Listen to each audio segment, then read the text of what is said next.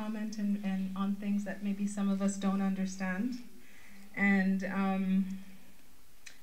like Trustee Glover was saying, sorry,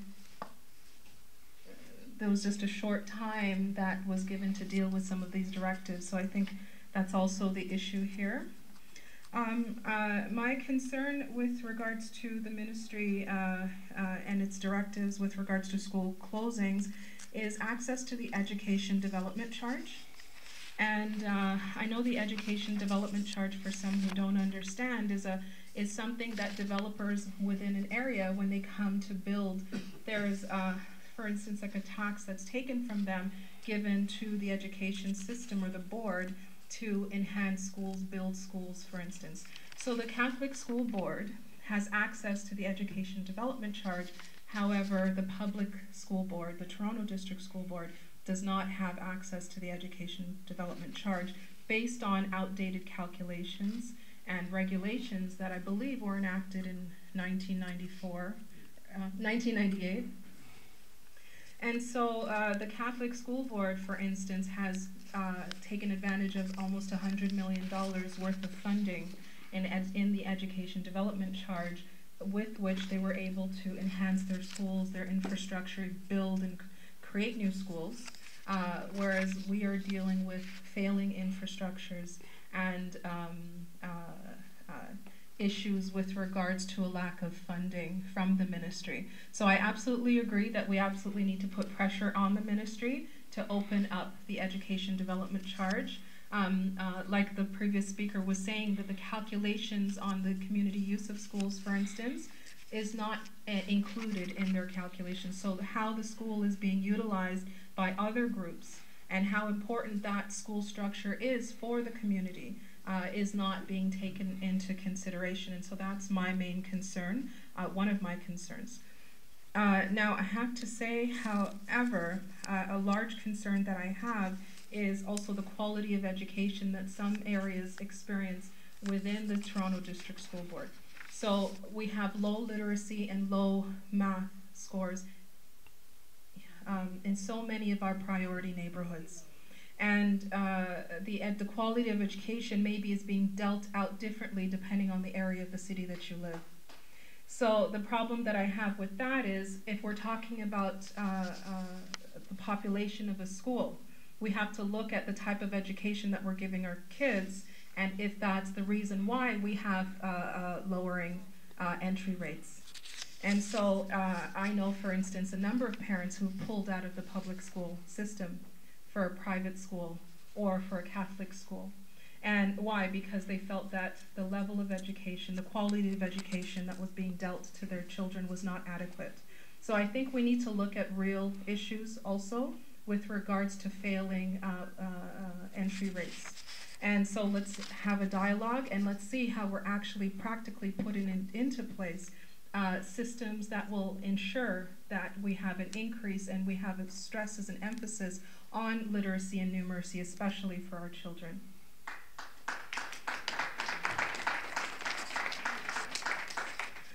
My other concern is with regards to directive number, I believe, 11. No, sorry. There was a directive with regards to trustees losing their assistants. Now, my concern is how are trustees supposed to help the constituents? How are they supposed to respond to the needs of the constituents if they don't have adequate help? It is supposed to be a part-time position. The pay is minimal. Number 7. That's number 7 directive. So my concern is for that, especially newly elected officials. How are they supposed to meet the needs of their constituents without assistance and without an office, for instance? So these are real concerns. I have a lot of questions, which I'll deal with after, but hoping that you'll address some of these.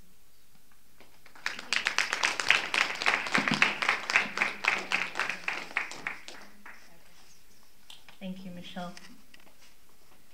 Okay, so next is John Smith. Right.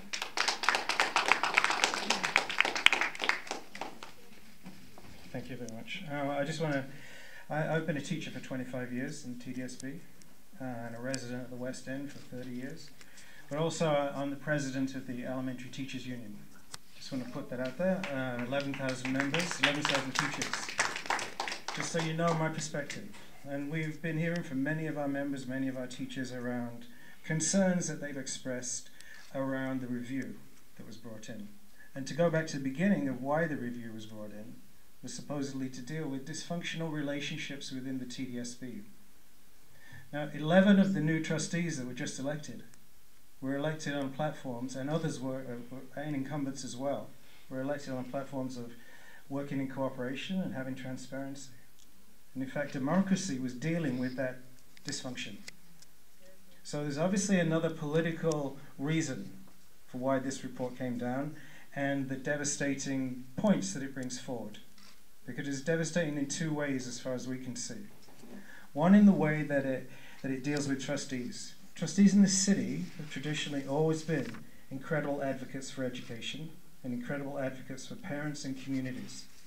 Always. There wouldn't be, the TDSB would not be as diverse in its programming and reaching the needs of so many students. And students is not, you don't hear that word in this report at all. You don't hear children at all. It wouldn't be as diverse and as rich as it is if it wasn't for the trustees advocating for that. Also watching what the TDSB is doing as well, an oversight on the administration of the TDSB. That's not a criticism of the administration of the TDSB. It's just a false-statement that's really important. What this report does, it cuts the legs off the knees of the trustees' ability to represent parents' needs within the community. It kills that voice of parents. That's something we all should be very, very concerned about.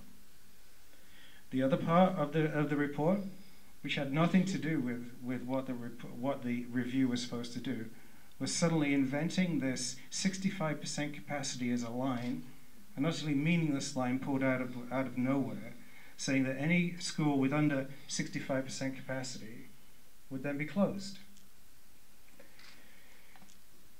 Again, children have not been mentioned. The quality of education has not been mentioned. A previous speaker talked about all the other programs that were in that school have not been looked at. The speaker before me talked about the need for a dialogue. What's been imposed upon the trustees here is an impossible deadline, with no ability to have a dialogue with themselves, let alone with communities, let alone with teachers who work in the system, let alone with city councillors, for example. We heard the other day, John, what's his name, the mayor? The Mayor, John Tory, talking about the need to be a part of the dialogue. I don't know why I could forget him. And the need for that dialogue is important. So you've got the city councillors now talking about wanting to be a part of that dialogue. So if you're closing schools, you're closing public land, you're closing public facilities, they're gone forever. And the city wants to talk about how they can work with the TDSB so those schools don't close, that they can be utilised as community hubs. And schools become the community hubs which they should be. Now that dialogue would take a long time. To have an imposition of a deadline of February the 13th means that dialogue will never take place.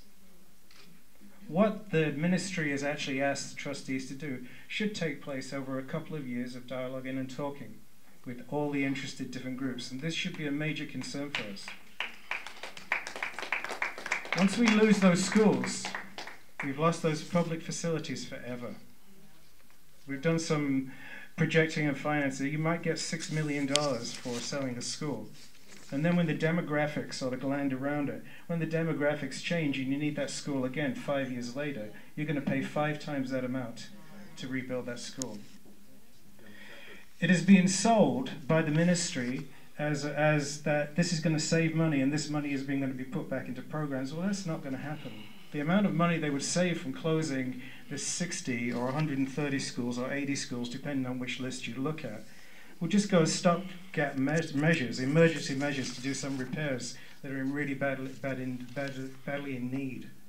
It will not address the problems in the school system, which come from chronic underfunding from the ministry.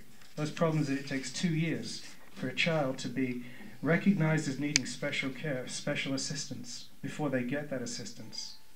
The lack of guidance counselors and librarians and music teachers and art teachers in elementary schools. The massive class sizes that are in full-day kindergarten and in primary classes and intermediate classes. The lack of specialist teachers, the lack of support teachers to help kids with special needs. None of this money that will be made from selling off these schools will go to that, because those needs come from the chronic underfunding from the ministry, and as pointed out by a previous speaker, that's where the blame lies.